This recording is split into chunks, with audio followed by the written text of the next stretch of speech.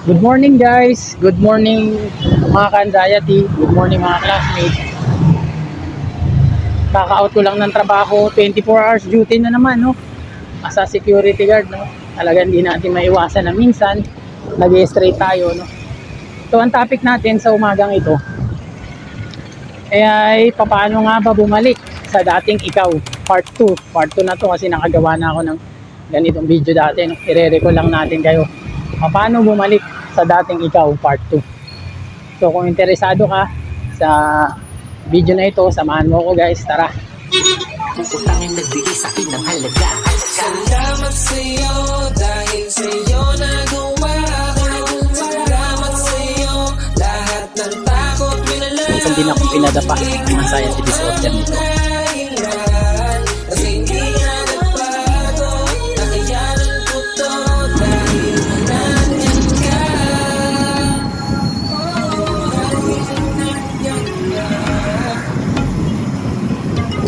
Bago ang lahat guys,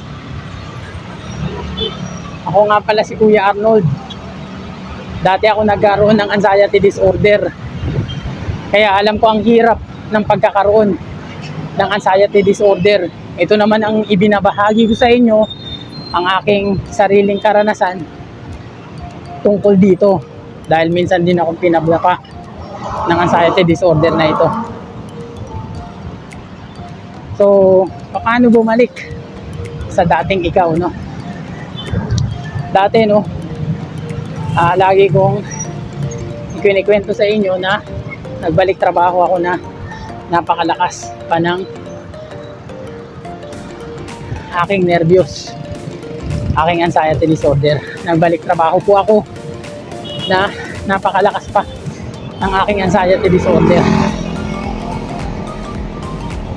So, ang duty ko palagi nun 12 hours kasi as a security, no. Isa sa nagbigay tulong sa akin yan, yung pagbabalik trabaho. Malaki na itulong sa akin yan. Kahit nasa trabaho, madalas akong sumpungin ng aking anxiety disorder. Tuloy lang, no. Nung una pa nga, talagang takot na takot ako. Sobrang takot ko talaga nung una. Maski pumasok sa trabaho, sa sobrang takot, nagpapahatid pa ako sa wife ko. Yun nga, paulit-ulit po kinikwento sa inyo na naibahagi ko na rin to.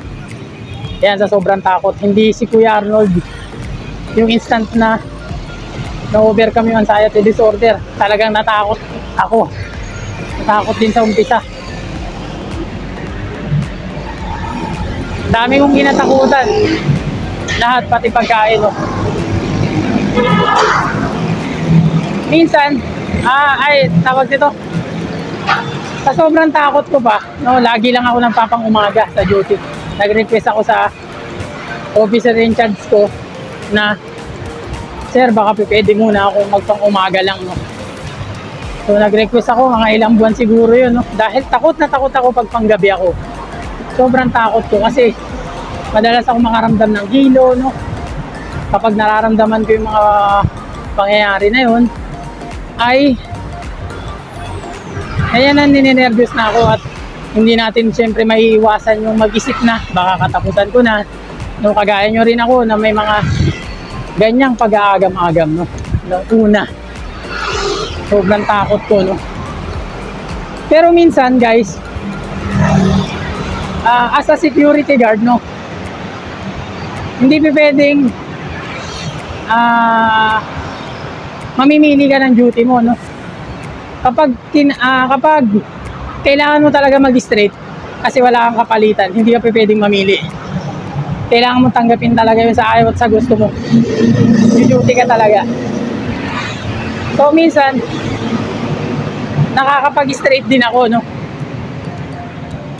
So straight, no, pang umaga ka tsaka pang gabi, 24 hours, no.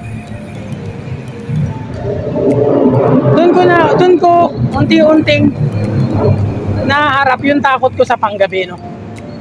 Yung minsan nga duty sa panggabi, doon ko siya unti-unting naharap, no.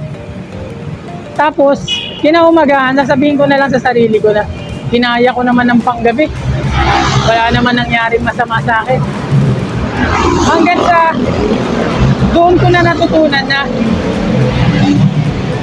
wala mangyayari sa akin. Kailangan talagang harapin yung takot, no? Hanggang sa nakasanayan ko na dumuti ng panggabi. So hindi na ako nag-request ng pangumaga na lang, no? Dumuduty na rin ako ng panggabi. Hanggat sa nasanay na nasanay. So ang point ko dito, guys, ay yung takot mo ay mai-align mo yan. May babalik mo sa dati yung mga dati mong ginagawa.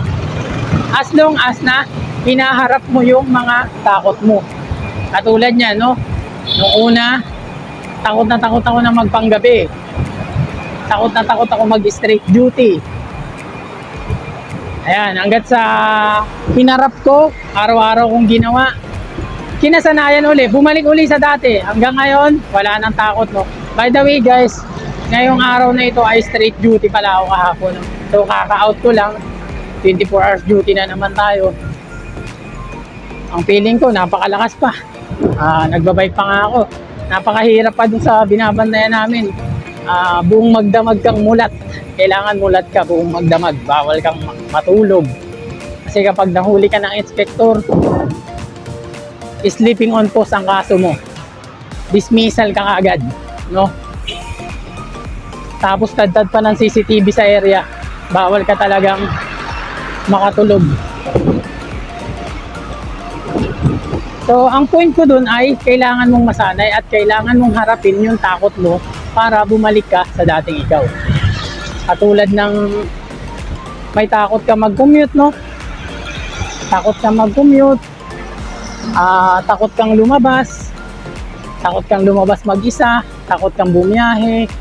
Takot kang mamalengke, etc. No? Yung takot na yun ay hindi mo ma-overcome kapag patuloy mo siyang tinakasan. Kapag patuloy mo siyang inawasan. Meaning to say, kapag hindi mo hinarap yung mga takot mo, hindi mo ma-overcome yan, no? So, kinakailangan habang maaga ay harapin mo. Tawag dito, habang maaga, harapin mo ang takot mo. Yan, katulad ko, no? Yung experience ko, no? Yung experience ko sa anxiety disorder, na takot nung umpisa. Para akong bata, hindi ko alam yung nangyayari sa akin. Hanggat sa hinarap ko yun, unti-unting nasanay. Ngayon, na-overcome na natin. Yun lang, napakasimpleng bagay.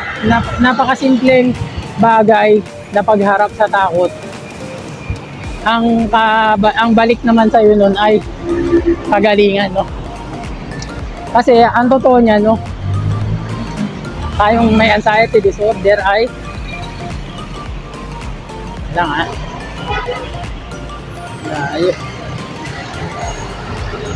totoo niyan, guys, tayong mga may anxiety disorder ay malakas, malusog, at higit sa lahat walang karamdaman o sakit. Talagang napangungunahan lang tayo ng takot. Napangungunahan tayo ng takot. Napangungunahan tayo ng ating isip, no? Na pinangungunahan kagad natin yung sarili natin na ganun ang pakiramdam natin. Kaya yun na mismo na-experience natin talaga, yung mga pangit na pakiramdam na yan. Na-experience at nag-i-experience talaga natin, as in, kunyari, nahilo ka, no? Pinaniwalaan mo yung hilo na yun. Talaga na-experience mo yun talaga. Na-experience at na-experience natin yung pagkahilo talaga. Napakatindi talaga. Kahit anong laki ng katawan mo, kahit maskulado ka pa, kahit napaka-physically fit mo pa, kapag pinairal mo yun, kapag tinamaan ka ng anxiety disorder, talagang titiklop at titiklop ka, no? Ang pinaka main point ko dito talaga, harapin ang takot, face your fear, no? Para bumalik ka sa dating ikaw, no? Kagaya ng ginawa ko. Masasanay at masasanay ka. Sa umpisa talaga, matatakot ka, no? Huwag mo nang hintayin yung mga sandali na ano nga ba ito? Ano nga bang term doon? Huwag mo nang hintayin na tumagal pa yung anxiety disorder mo. Huwag mong iwasan yung mga takot mo. Huwag kang umiwas, salubungin mo talaga, no? Kailangan pairalin mo talaga yung tapang, lakas ng loob at kapit sa mahal na Panginoon, no? Kung totoong may kapit ka at totoong may pagtitiwala ka sa mahal na Panginoon, eh yung mamatay ka man, no? Mamatay ka man, eh wala kang pakialam. Ayun yung totoong totoong may pagtitiwala sa mahal na Panginoon, no? Huwag mong iisipin, huwag mong paiiralin yung takot. Kasi pag pinairal mo yung takot, tapos may anxiety disorder ka, no?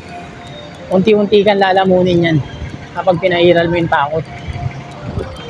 Yung takot kasi gawa ni Satan yan, eh.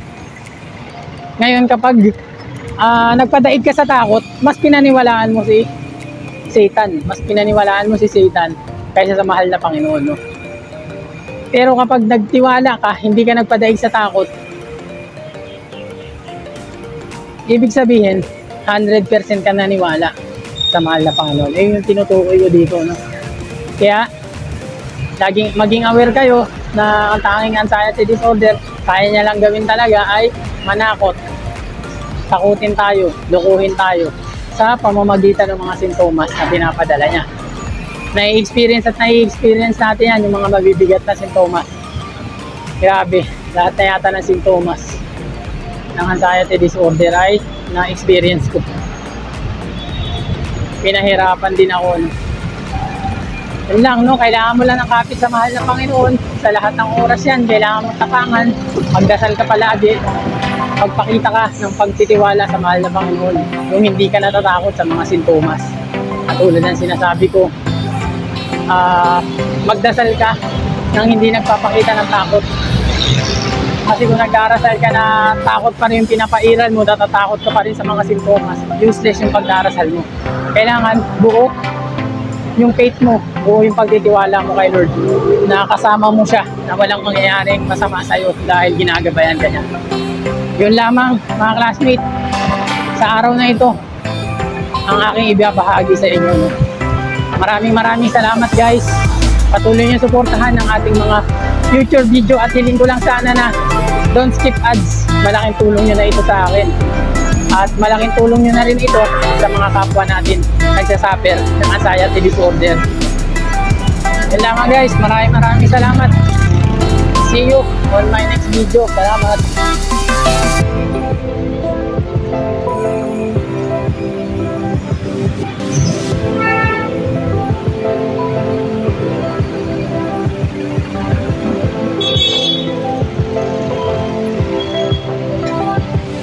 Utangin nagbigay sa'kin ng halaga. Salamat sa'yo dahil sa'yo nagawa ko. Salamat sa'yo lahat ng takot minalaw. Minsan din akong pinadapa ng anxiety disorder nito.